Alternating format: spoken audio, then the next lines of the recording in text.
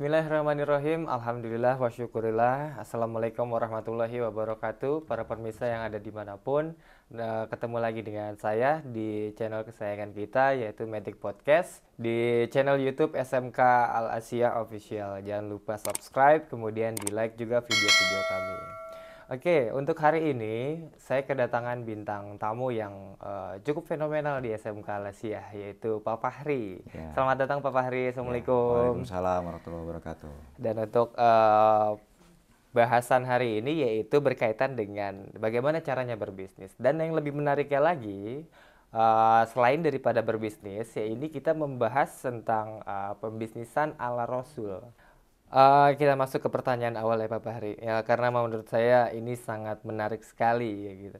Kemudian selain daripada menarik, yang mana Rasul itu menjadi panutan kita semua. Secara mayoritas masyarakat di Indonesia ini menganut agama Muslim, ya Pak Fahri ya. Betul.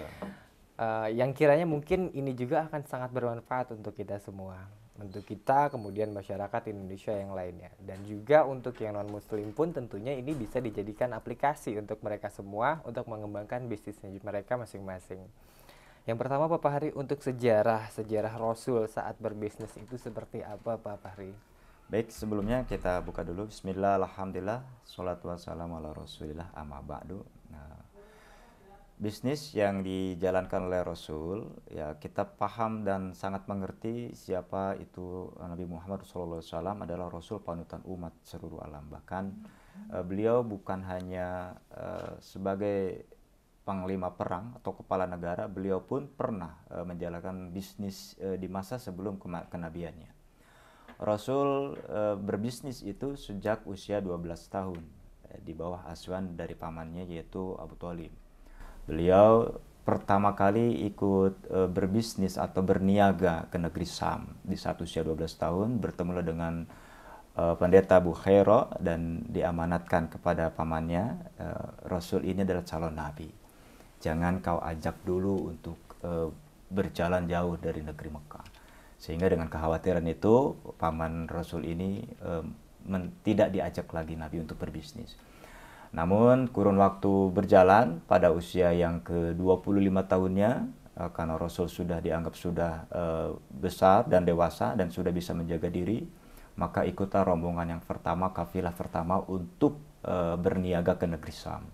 Rasul menjalankan bisnisnya dengan baik, dengan sifat amanahnya, karena beliau juga dikenal dengan Al-Amin, yang terpercaya, sehingga Rasul ketika berbisnis ini sukses luar biasa.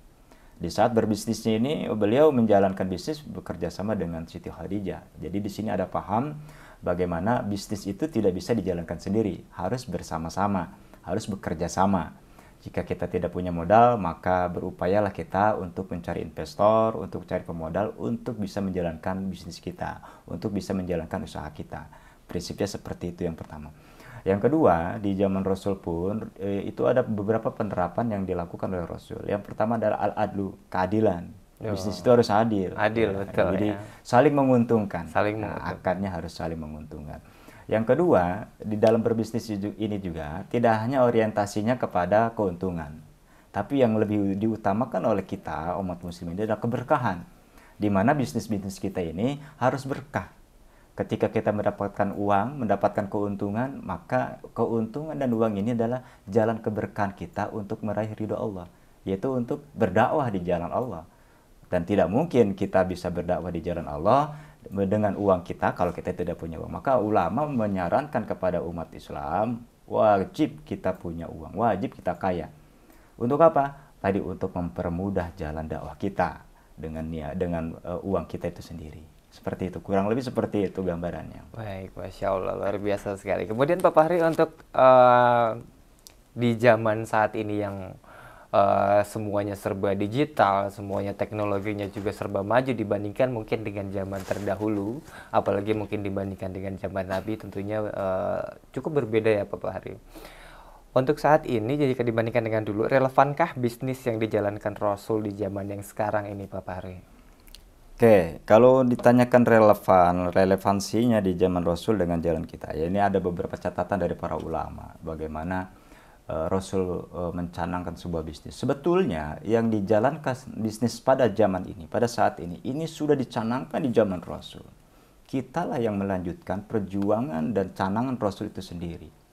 Dengan hebatnya digitalisasi, dengan hebatnya informasi. Kalau di zaman Rasul itu berniaga, itu Rasul orang yang paling hebat. Beliau ini ekspor impor disebut seperti itu kalau saat ini. Karena kenapa? Karena dari satu negara ke negara lain. Karena dalam sejarah itu dikatakan Rasul itu sampai lintasan 5 negara beliau menjalankan bisnisnya. Saat ini juga sudah terjadi di zaman sekarang adalah ekspor, mendatangkan barang dari negeri kita ke luar. Nah, dan juga ada impor dari negeri luar ke Indonesia. Itu sudah dijalankan oleh Rasul. Maka sangat tidak boleh dipungkiri kalau Rasul sudah mengajarkan sebelumnya seperti itu. Nah, relevansinya di saat ini dengan jalan digitalisasi ini. Kalau di zaman Rasul itu kita berniaga itu membawa barang. Kita bawa-bawa tuh barang dari produksi kita di Indonesia ke mana-mana gitu ya. Tapi untuk saat ini yaitu sudah ada sarana yang memprasaranai kita dengan mudah. Tidak perlu kita bawa barangnya. Kita hanya mengiklankan saja barang kita, mungkin dengan banyaknya orang-orang menggunakan sarana informatik atau informasi itu dengan mudah kita memasarkan dengan sarana online sekarang ini. Ini lebih dipermudah sebetulnya.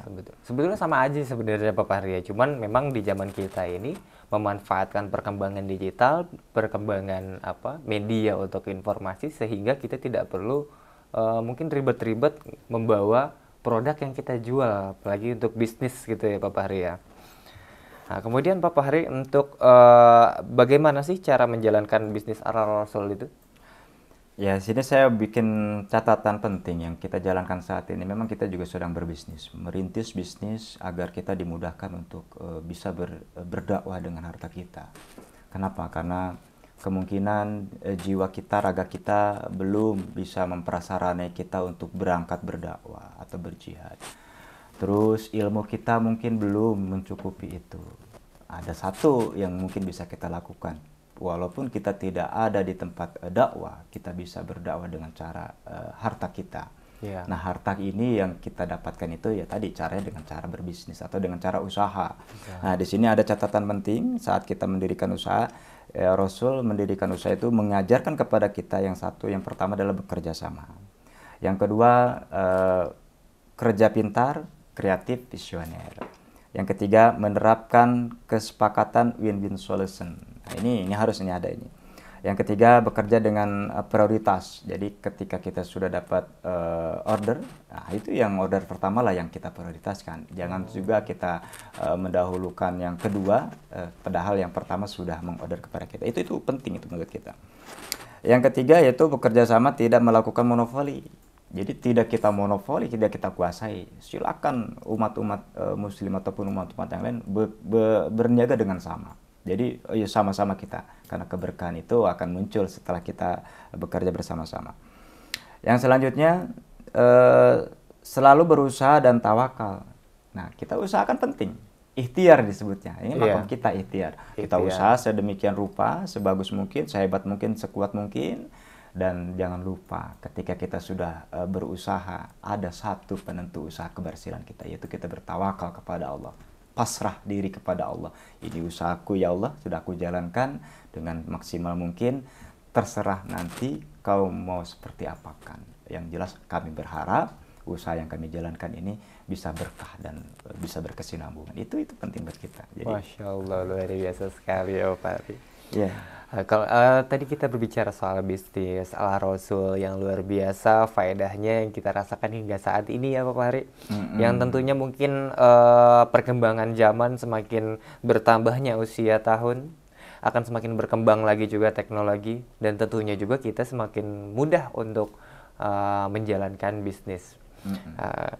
Kalaupun usaha atau mungkin aplikasi dari bisnis yang sudah Pak Fahri jalankan saat ini apa Pak Fahri? Alhamdulillah, saya sudah jalan usaha banyak macamnya. Ada banyak lah, kalau diceritakan banyak gitu ya. Mungkin lebih dari 13 item yang saya pernah jalani. Untuk yang saat ini yang saya geluti, selain tadi kita mengabdi, kita mengajar, mungkin ini jalan untuk kita mendekatkan diri bersedekah kepada Allah, beribadah kepada Allah dengan cara tadi mengajarkan ilmu kepada siswa. Di sisi lain juga saya jalankan bisnis, yaitu pertanian. Untuk saat ini pertanian perikanan dan peternakan. Ada 3 item itu yang sedang berjalan di kita. Karena ada satu analogi, mungkin ini boleh dikatakan ada isyarat dari Rasul, ya.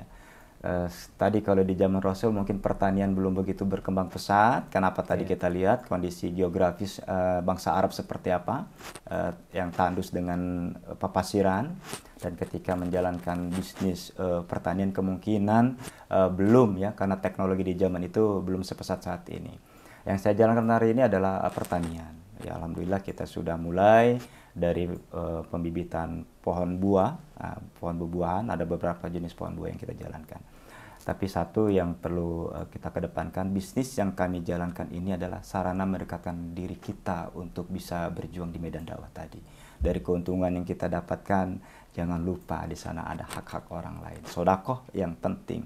Nah, mungkin dengan cara berbisnis ini dimudahkan kita untuk bersodakoh. Kenapa? Karena tadi banyak item yang kita miliki. Dari banyak item yang kita miliki, mungkin ada beberapa yang bisa kita sodakohkan di masyarakat agar berkah usaha kita. Itu mungkin kunci yang kita lakukan.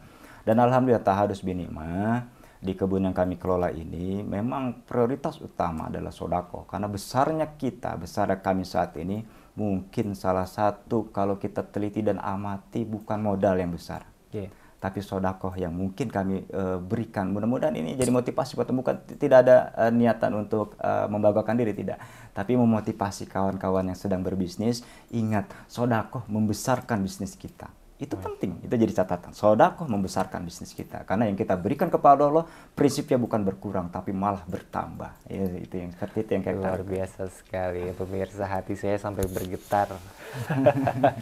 Mudah-mudahan ini bisa menjadi motivasi untuk kita semua yang ada di sini, untuk masyarakat di seluruh Indonesia, mungkin dimanapun kalian berada, bisa menjadi sebuah motivasi untuk kita semua.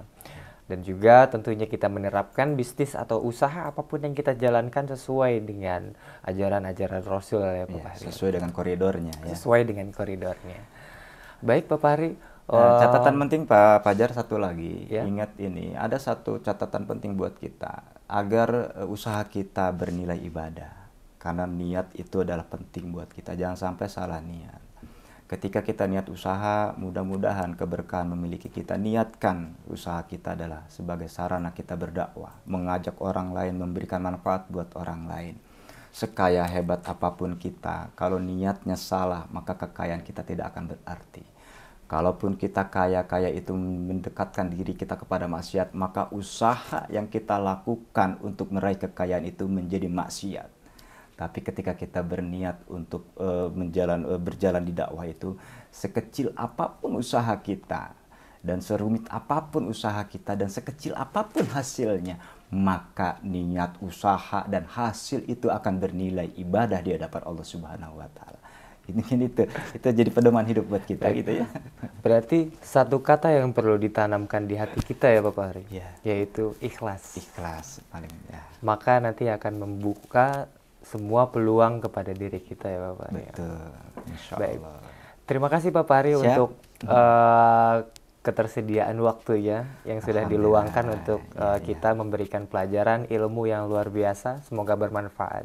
Bila mana mungkin video ini bermanfaat untuk kalian, silahkan klik like, jangan lupa subscribe untuk di SMK Al-Asiyah Official YouTube. Terima kasih Pak Fahri. Assalamualaikum warahmatullahi wabarakatuh. Waalaikumsalam warahmatullahi wabarakatuh.